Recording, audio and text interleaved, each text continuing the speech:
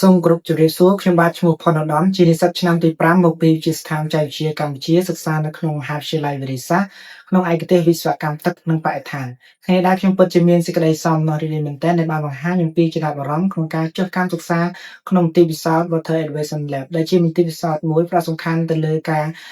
សិក្សាស្រាវជ្រាវអភិវឌ្ឍនិងបង្កើតនូវនវានុវត្តន៍ថ្មីៗទាក់ទងជាមួយនឹងទឹកបរិស្ថាននិងចំណីអាហារផងដែរគោលបំណងរបស់ខ្ញុំក្នុងការចុះកម្មសិក្សានៅក្នុងមន្ទីរពិសោធន៍នេះទី1គឺដើម្បីអនុវត្តបន្ថែមសមស្របជាមួយទៅនឹងទ្រឹស្ដីដែលបានសិក្សាកន្លងមកទី2គឺដើម្បីសរសេរនៅលិខិតបទការពារបញ្ចប់ឆ្នាំសិក្សាផងដែរ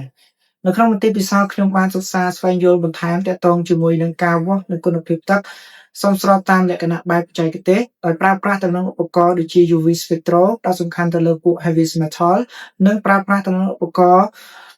សម្រាប់វាស់នៅប៉ារ៉ាម៉ែត្រ Physicochemical មានដូចជា EC, pH, turbidity, color ជាដើម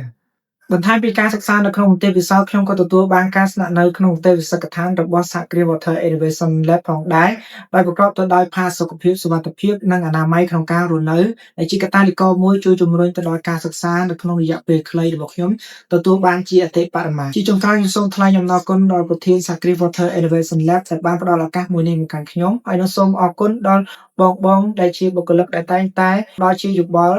ភាសាក្នុងការវិភាគនៅគុណភាពទឹកទទួលបានលទ្ធផលជាលក្ខណៈបច្ចេកទេសវិទ្យាសាស្ត្រជាទីទុកចិត្តផងដែរសូមអរគុណ